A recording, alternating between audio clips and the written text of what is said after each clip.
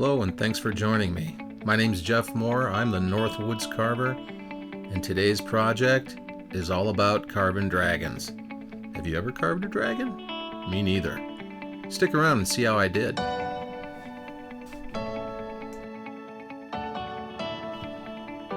Well, you gotta begin somewhere, and this story starts with some 10 by 10s and 12 by 12s. Here we are cutting them up into the right size pieces. We are going to laminate them. So I have my trusty sidekick Ray.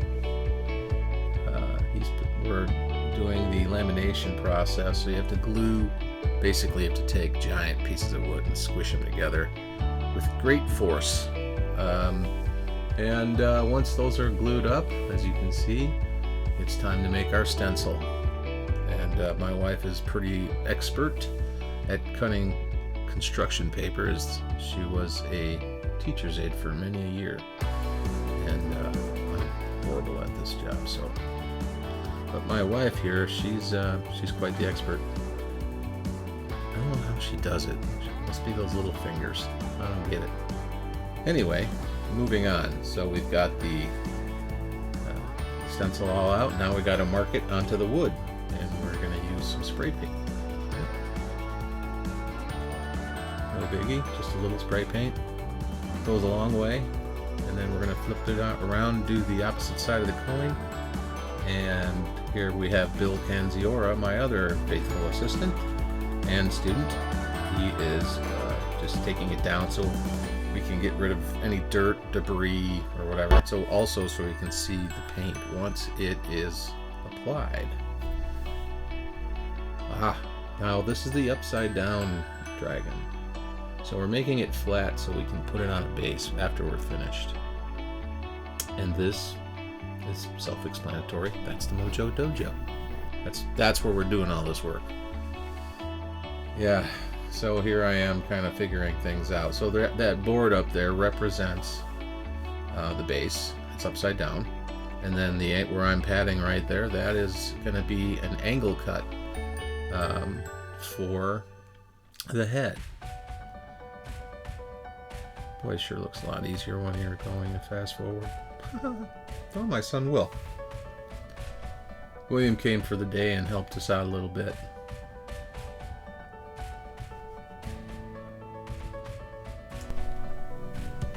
Carving in fast motion. Boy, I wish I could do that in real life. Well, I'm just doing my thing, trying to get the arches correct as far as the shape that I'm looking for. Obviously we have a stencil, so that kind of takes care of that. Now I'm cutting into that neck area. This is going to be the direction of the head. I made a horrible cut. So I had to take some putty and kind of build up one side and then flatten it back out again. It's just a lot easier to do that than to sand everything completely down or recut it and then wonder if you're gonna have a good cut or a bad cut. So, it is what it is. Here I am cutting the tail section. So making it perfectly flat on my joiner. And now we're blocking up this would be the first stage of the head. We have like 3 stages, and this would be the second stage, and then we have another set of blocks that goes on top of this. So we laminate those with Gorilla Glue and squeeze it with some clamps, and then when it's all done, I scrape off the Gorilla Glue, get my handy dandy whirligig. That's the router sled that me and my friend Jeremiah built, and actually he did all the building. I just kind of designed it and kind of pointed my finger. But here I am putting lags in with my wife. We just took that piece that we just router sledded and put it in. Little quick note: that center lag broke off about 3 inches in, 4 inches in. Good news though. I didn't even have to get close to it when I was carving the model, so that was good. Sometimes you get lucky like that. And here I am, finding the angle of the tail. I just grabbed a piece of scrap off one of the boards and figured why not. And got my angles right. Threw it on the joiner. The final part, making my high five tail. Yeah, and it's kind of the way it was on the dragon that he showed me in a picture. So that's kind of what I did. And you know, there I am. Oh, we're getting ready to add the second section. Well, actually, yeah, that's the second. I think there's one more, so that would be the second. And no legs broke on that one. And here's our third. So this is just to step the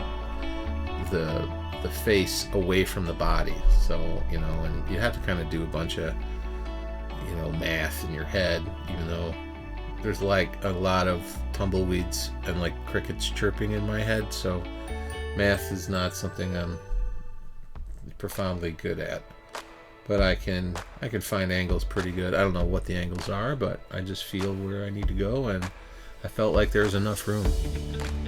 And hallelujah, there was enough room. And see that piece there, that's an antler piece. And it's like an antler. It looks like a weird looking ear or something. But no, that is an antler, and I'm using that little coping saw to get as flat a seam as I can between the part that I'm adding and the part that I'm adding it to. It's just an awkward thing. Because, you know, you're just rolling the dice and having confidence that it's all going to work out just fine. So, for a guy that doesn't gamble, I gamble a lot, all the time. Alright, let's move on to, yeah, we're doing some detail. So this is very nerve-wracking and just as fun as you can.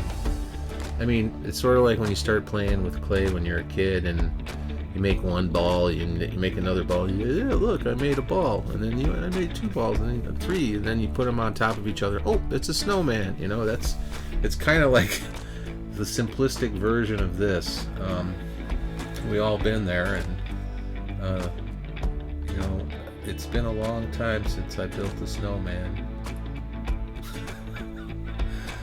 Oh, I hate building snowmen. But yeah, so we're, you know, this thing, as soon as I got the nose and the slanted brow, the kind of angle goes right up with the antler. It was all intentional so that it had a nice sloping antler, you know, sloping thing going on there. And, you know, between the antler, the eye, and the nose. And I thought, wow, how cool is that, you know? I'll just have some kind of symmetry going on, and also I'm not I'm not knocking myself out trying to be perfect at all. Like I didn't have any restraints on me from the customer whatsoever. So he's just like, we trust you, and I'm like, okay, good. now I can just go and experiment and have some fun, you know. And it's pressure.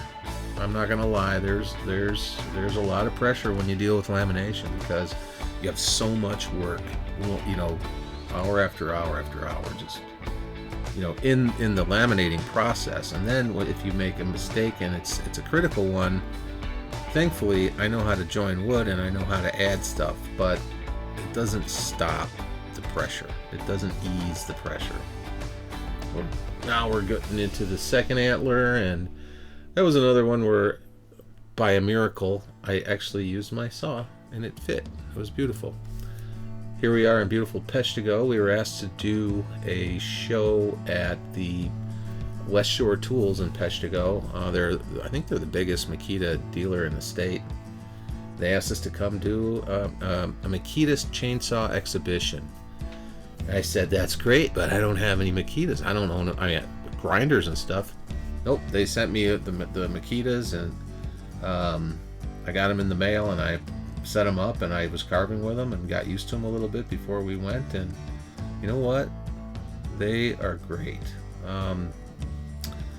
I've been a steel guy for, well, longer than my career. I was a tree guy before it, so I've been at this 33 years now this year, and before that I was working for a tree service, and that's all we used was steel. So getting a Makita, which is basically, you know, foreign territory for me, I enjoyed it. I liked it. You know, that the little Makita battery saw is pretty slick, except for the couldn't figure out the on-off button thing. I thought it was like heat sensitive. I was like hitting the button and like trying to hold my mouth just right to figure it, you know, like, come on, I just did it. I had it running a second ago. Turns out it's not difficult at all. I'm just not that bright. But yeah, we put on a show. That truck right there and that trailer, that dude had some smoked products like beef and chicken and like pulled pork and stuff, and you know, it was amazing. So they had the Makita trailer there at West Shore Tools in Peshtigo, myself, and then this meat guy, and then a couple other guys. So the meat guy, he had a name, I forgot what it was. But anyway, we are back. This is the next day, and my handy assistant Ray is over there off. If you see someone in that corner, that's Ray. It's my white dog Bella, and I am just getting some time in on the other side, and just trying to figure things out. And here we are a little bit further along, and I'm discovering basically I'm bird dogging, what I call, it's a technique called bird dogging, where a lot of guys are blockers, and that's great, but I'm not a blocker. I'm not great at blocking. I just make shapes. I don't take away symmetrical chunks so that I can get to a certain point. I honestly wish somebody could do that for me, because then I'd probably have a lot more, or I should say a lot less stress. Bird dogging is where you just start, it's like putting your thumbs in clay and peeling the clay back until you find something that, you know, like you take the bird dog. Oh, there I am, putting on flats for adding my arms, the dragon's arms. You can see, yeah, the face is coming along better. I'm starting to get some textures, and doing the belly work and things like that. But yeah, so the textures are so critical, and the lighting has to be just right. Absolutely. So bird dogging, going back to bird dogging, yeah. So you put the dog at the end of the field with the wind in his face, and he can crisscross the field until he gets scent. Then he kind of, it's like coming at him in a funnel, and he just has to stay inside that funnel to the source. That is how I carve. I know it's weird. I don't know too many people. Everybody wants to start off with a block, but I guess I wasn't. You know, when I started carving, I didn't have anybody to watch. There was nobody around. I mean, I think I met my first carver like 15 years after, 12, 15 years, something like that. The very first carver I ever met was in Adams, Wisconsin. I actually carved with him. It was a lot of fun. But yeah, and I didn't even know there was such a thing as a carving bar, and that was a long time ago. But I'd been carving for 12 or 13 years without the correct tools, and so when I got a carving bar, it really opened things up for me. So now I have 20 some odd saws. Every single saw is set up differently unless it's duplicate, and I've got every single saw there is on there, except for like the big saws. I don't need them. My biggest saw is a 500i. But yeah, just adding some of those little extra details and playing with the light and the shadow.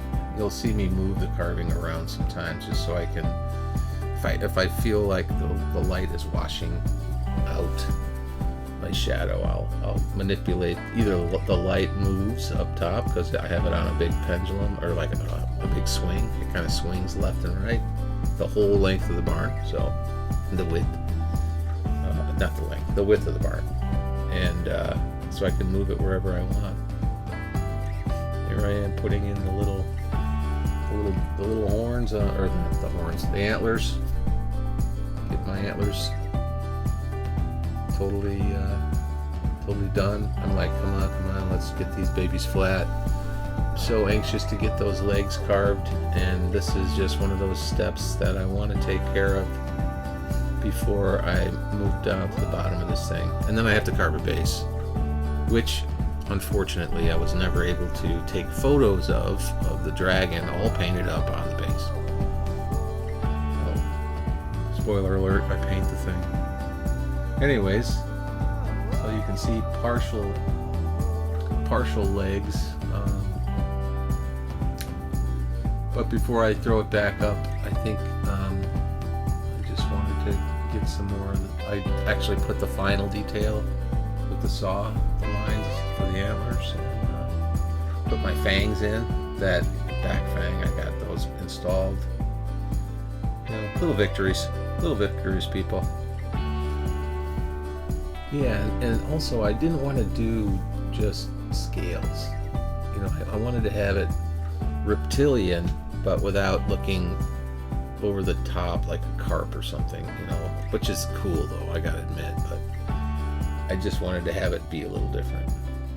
So here I am carving legs, and notice I have a lift, and the lift is critical for me because I'm very, let's just say, I don't like to bend over. I don't like to work on my knees. I don't like any of that stuff. So I spoiled myself and bought myself a couple of very ancient used lifts. One of them is a battery lift, and this is what this one is. But I can move this thing, and you'll see me move it quite a bit, but because it puts that strike zone right there for me, and I can focus on detail instead of thinking about how much my back hurts. So I'm thinking tendon and musculature, bone, you know, the back elbow. Does a dragon have an elbow? I don't know. It does now. I just called it since I made it. I'm calling it. So anyway, we're going full tilt here, and I'm just trying to make sure that the forearms are the right size, you know, in comparison to one another. Concerning myself with the length of the fingers compared to the arms, and where the wrist breaks, and the length of the nail, and all that stuff. And it also has to be done in a way that is, let's just say, it has to be done in a way that's going to match the rest of the carving. So it has to be, you know, there has to be some sort of connection in texture and consistency, you know, throughout. So the whole thing doesn't have to be a masterpiece.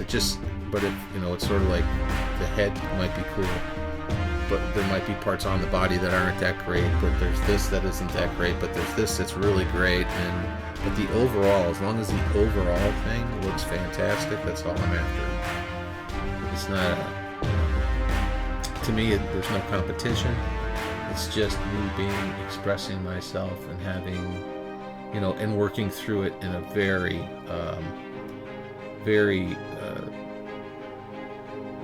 let's just say, in a way that is, oh, there's my wife. She's shimming.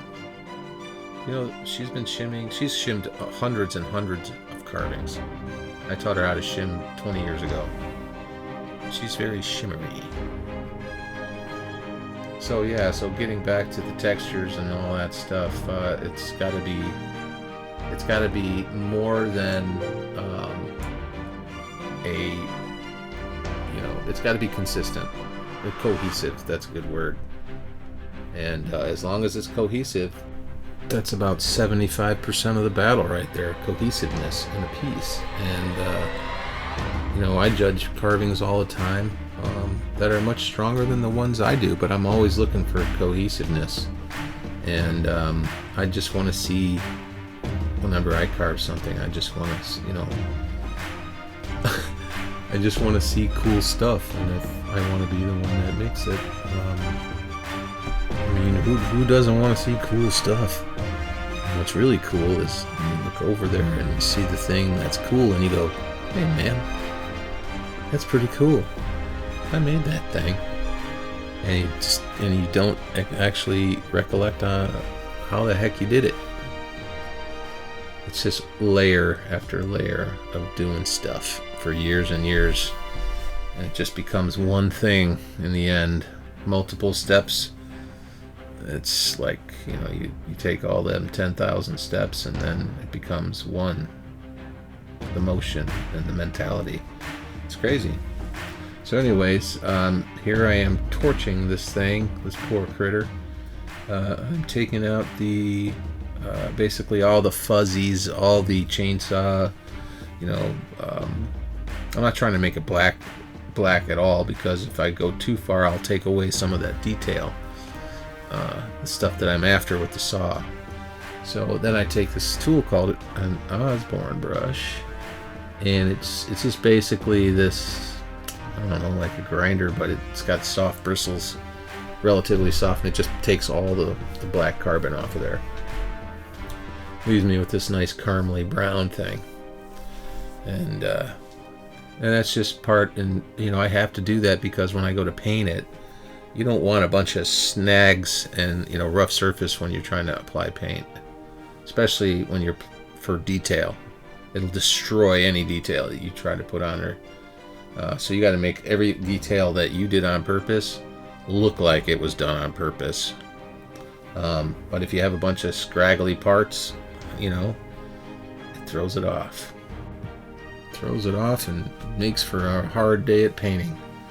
That was my little granddaughter, and there's me and dragon, and here is a very blacked out dragon.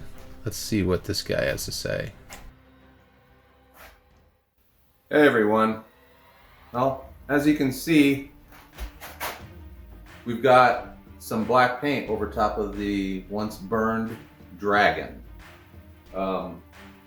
This is actually 4 coats. I think I've only filmed like 1 coat, but I think 4 coats would have been redundant from a video standpoint, so I just filmed the 1 and came back 3 more times, and once each one of those coats dried, I threw another one on. This piece will be outside, so I had to make it worthy of being outside in the elements. So what this is a handle with some bristles on it that creates a ton of controversy.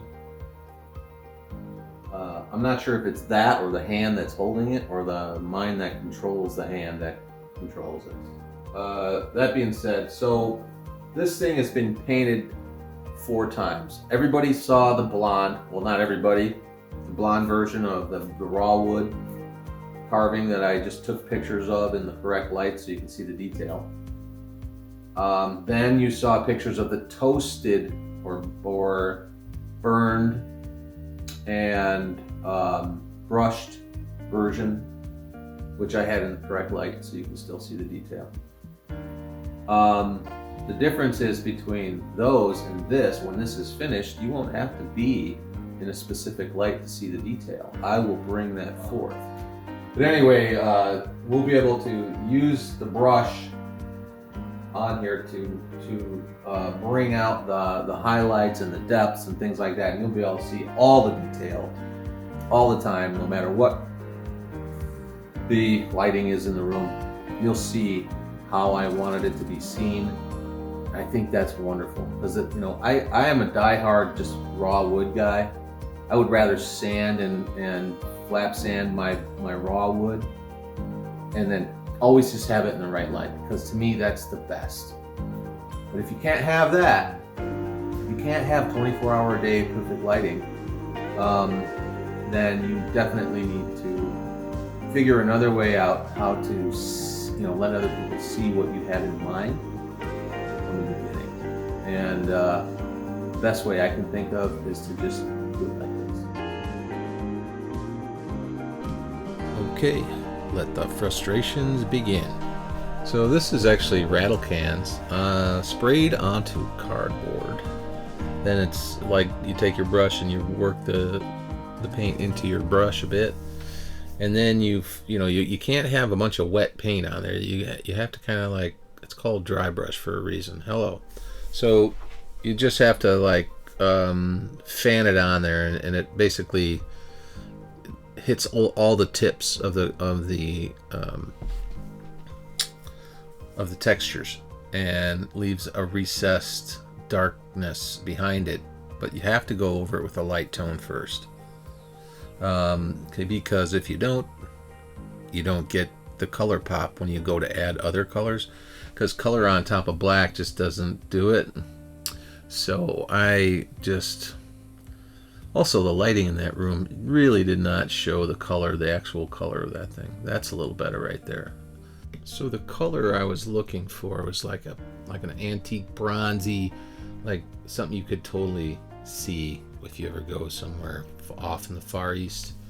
But I was really happy with how the textures from the saw and the colors popped, and thankfully I was happy. I was very happy. So were the customers. This is the base of the dragon. Basically just making it so that that's the upside down part of it, so I can get my forks underneath this thing. And let's see what I have to say here. There he is.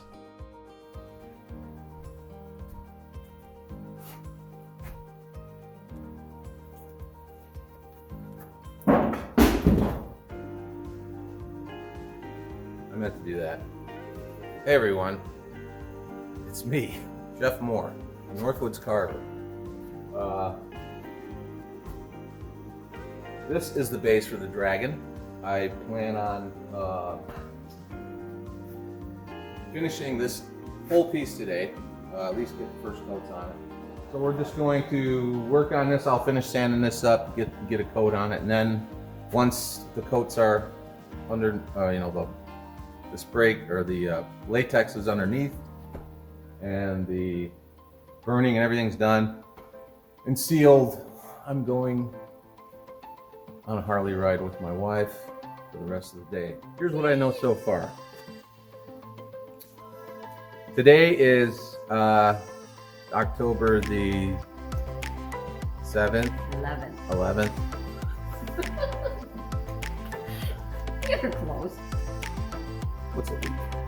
But it's a beautiful day today. I can't wait to see this thing finish. So thanks for sticking around, everyone. Thanks for... Back at her! Good or better, get back at her. Sorry, buddy, are you alright? Stay.